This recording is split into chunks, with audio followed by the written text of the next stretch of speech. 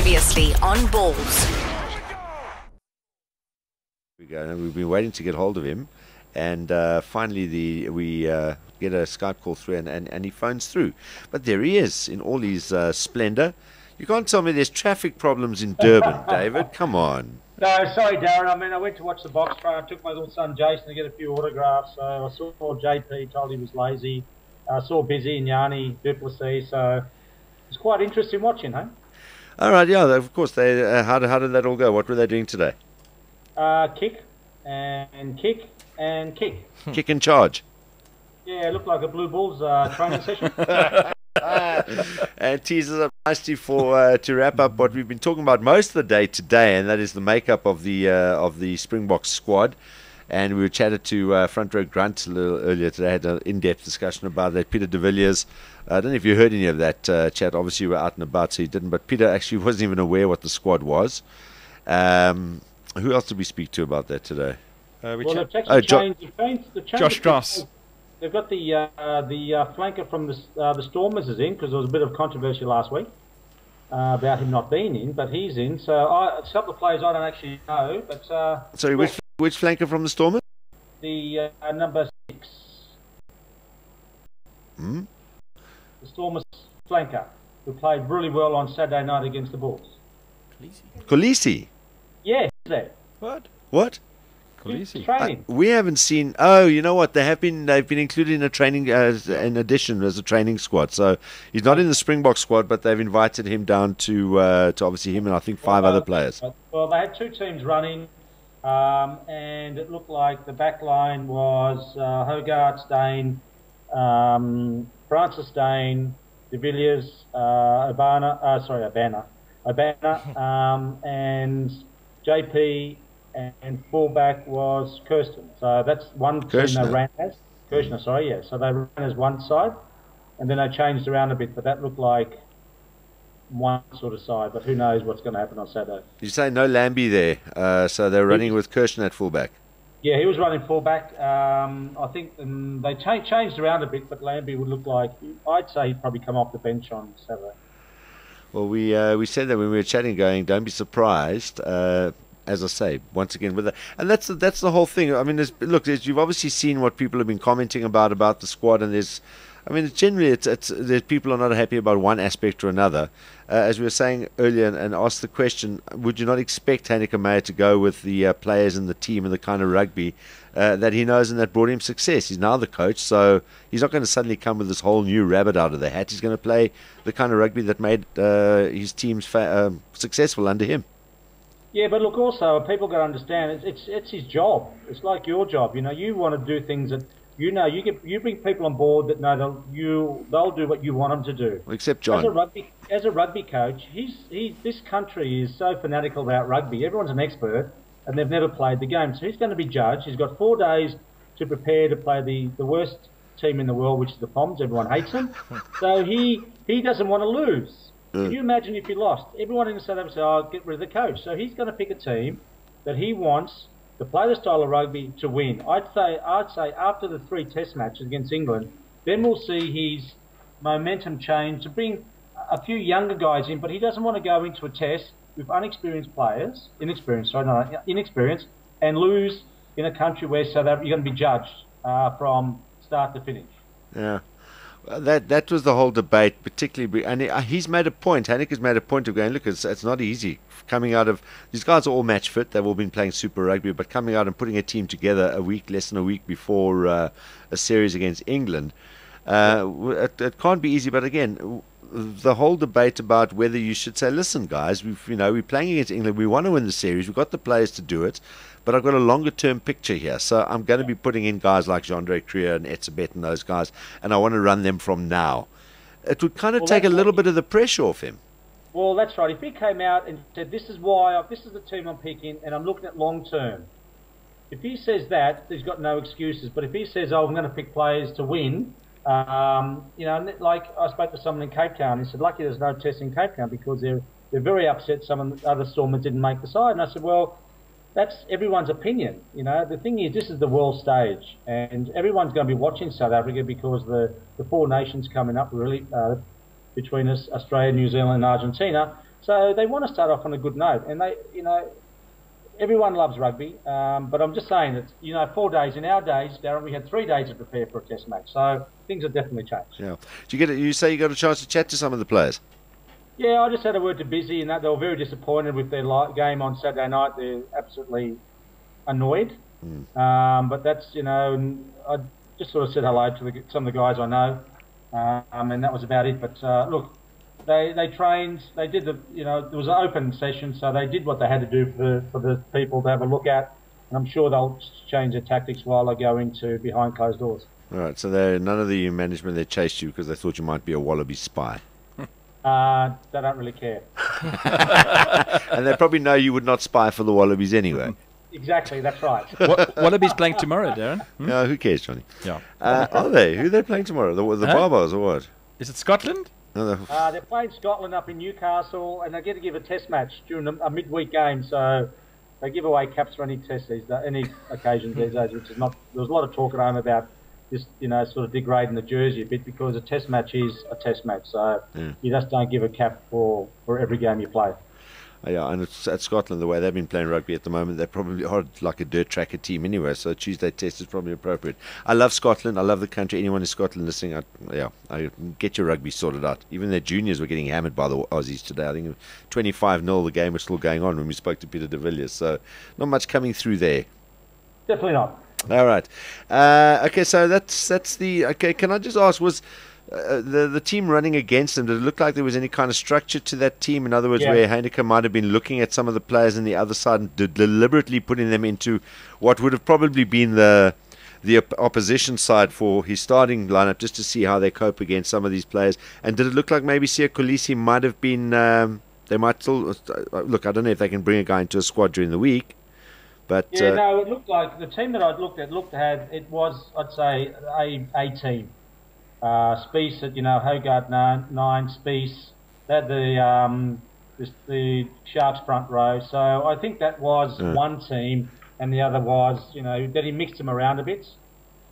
But it looked like that's the way they were sort of shaping up. So I wouldn't be too surprised if that was the team that's going to play on Saturday. And obviously, you got Keegan Daniels there as well. Was he running there today? No, he was in the other side. So that's how it started. Who was running 6 and 7? I actually didn't really take much notice. No, I didn't take much notice. Dewald Potgieter, blonde number 7, maybe? No, they Willem had, Alberts? Alberts was there, and I think they had the Bulls flanker, the black-headed guy. Boita, is that him? The guy who played 6 or 7 for the Bulls. Yeah. All right. Yeah, I think he was there. Look, it looked like it was again, they just chopped and changed around, but I was mainly watching the backs and seeing who was there, All right, because of course you're a back. You don't care what the forwards do as long as they get you the ball. As long as the forwards give the ball to the backs when they have to, I don't really care. It might also have been Jean Kruger just resting against them all, or the ruck. Yeah, it could have been. It was interesting watching the coaches, because Mayer just stood in the middle and the assistant coaches ran the session. So it was interesting watching what a modern-day coach does. He doesn't really coach a lot. He just watches and delegates. Goes back and forth, Yeah. And Ruan Pienaar, Dave, did you see him? Yeah, I saw Ruan there. He was just running. Prop? He was on the other side as well. So he was just part of the second side that I saw to start off with, Yeah.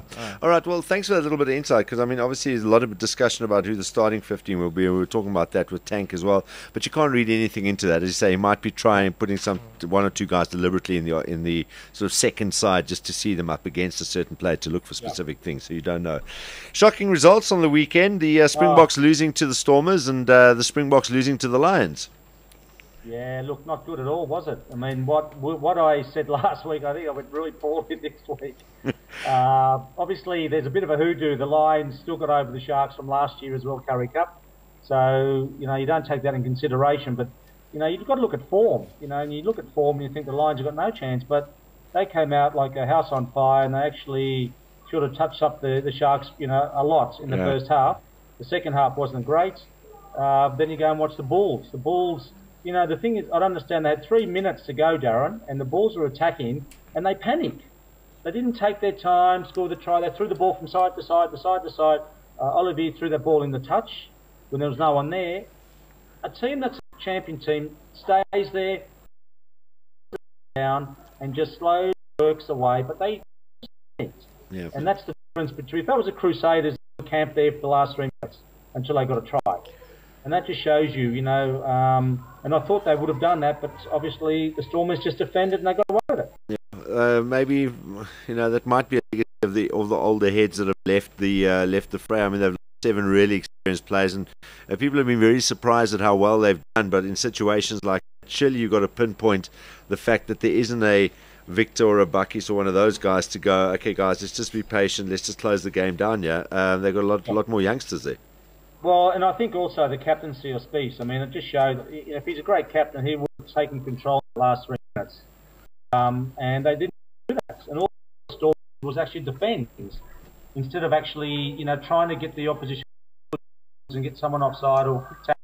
But they didn't. They just tried to run side to side. And that's blue balls, is it? 3 minutes, you normally close a game off. And they a bit of inexperience. And obviously the relief when the Stormers won. Yeah. And the Sharks, David, effectively, do you think that's game over? Oh, look, it was disappointing, wasn't it? I think they got Francis Dane coming back for 3 or 4 games. But again, I mean, they had a great opportunity. But, when you just give the ball to the opposition, the Lions just attacked and attacked. They made some really good efforts. Obviously, Butch James played again. He played with the Sharks, so he knew some of the players. When you take that knowledge into a team that you're playing against, you know where to target and who to aim. And, Butch sort of, his presence sometimes just sort of sends shivers through the opposition. But look, they played well, and the Sharks sort of stood back and just didn't know what hit them. And the Lions just came. It looked like there was 30 Lions players out there. And the thing is, the Sharks will know that. We were saying it last week. Just don't just write this team off because they're doing so badly. And you'll know from your time at the Sharks, David, and I think more so the Cheetahs were that kind of side where it doesn't matter how badly they were playing. The Sharks arrive in town or they come to Durban. Just for some reason, and no one can pinpoint it, they put it together. The Lions have done this with the Sharks before. They did it again. People are saying, but the Sharks came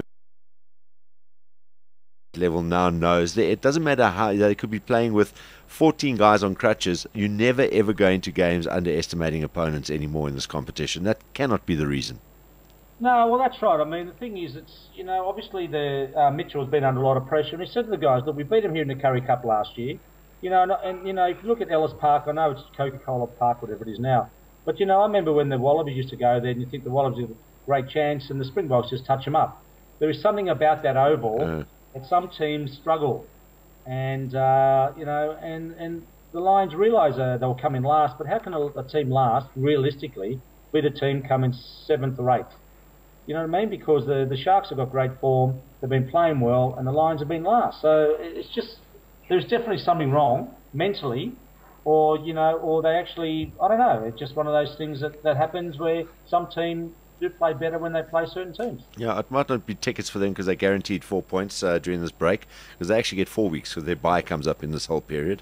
But then they got the Bulls in Durban after that, so both the naughty boys from the weekend go head to head afterwards. So it's exactly. And the Bulls have got the Cheetahs as well. All right, well, it's great to catch up with you. And what we'll do is probably rerun this again tomorrow early in the show between 2 and 3, or you can podcast it later as well.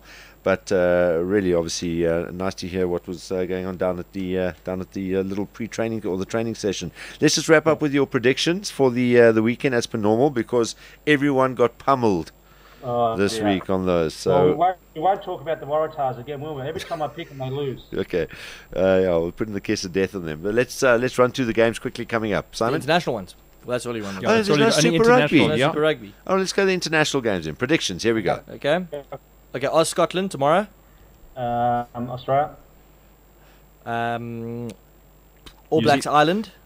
All Blacks. By how many? I think it's going to be a bit of a touch-up. I think O'Connell's the second row guy, the lock, he's not going, so they lost some strike power there. But look, the Blacks at home are always hard to beat, huh?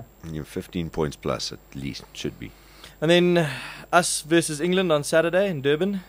I think the Box by 10. Oh, really? So you actually are confident? I mean, with the squad we got, and obviously you don't think much of the English team at the moment or English rugby that will win No, comfortably. well, I just don't think that. I think they've had a long season, and you know, they haven't played to. They had one game against a Barbarian game, and that's not really a game. So preparation might be the key, because they don't play a very expansive game as well. But you're going to be good in South Africa. You've got to be good at what you do, and I don't think that the Box physically should.